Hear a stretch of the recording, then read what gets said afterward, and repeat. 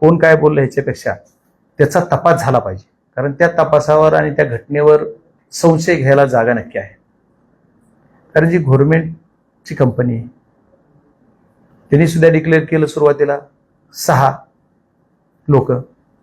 मग ती दादा घरी येऊन किती वाजता निघाले, देवगिरीहून एअरपोर्टला कधी पोहोचले, एअरपोर्टवरून म्हणजे घरी येऊन निघालेला सीसीटीव्ही फुटेज असला पाहिजे.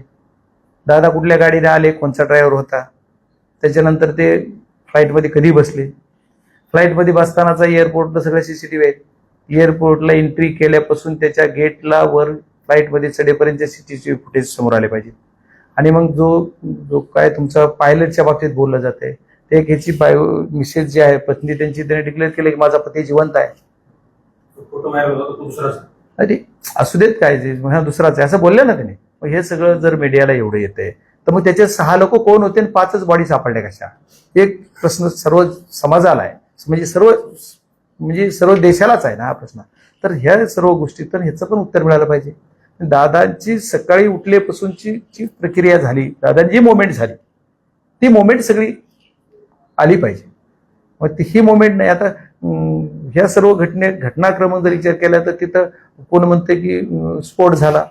तुम्ही जर एक 9 ते 8:46चं जे फुटेज दिसतंय, जे मी बघितलं, मी बघ त्या फुटेजमध्ये काय दिसतंय बघा तुम्ही, काय दिसतंय, फ्लाईट टच होऊन क्रॅश नाही झालं नाही.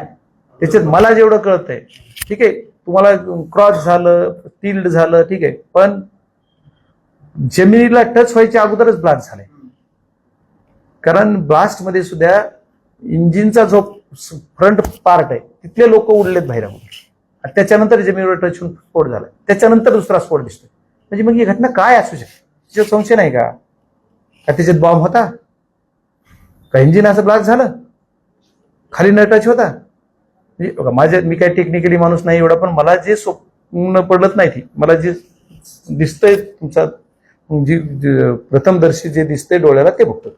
आता त्याचा ती बॉक्स सापडलाय, त्याच्यावर काय होईल, मध्ये काय चर्चा झाली, काय बोलले पायलट, काय बोलले, खूप म्हणजे कोण दोन्ही पायलट काय बोलले, सगळं ते हे तर जीव तर गेला.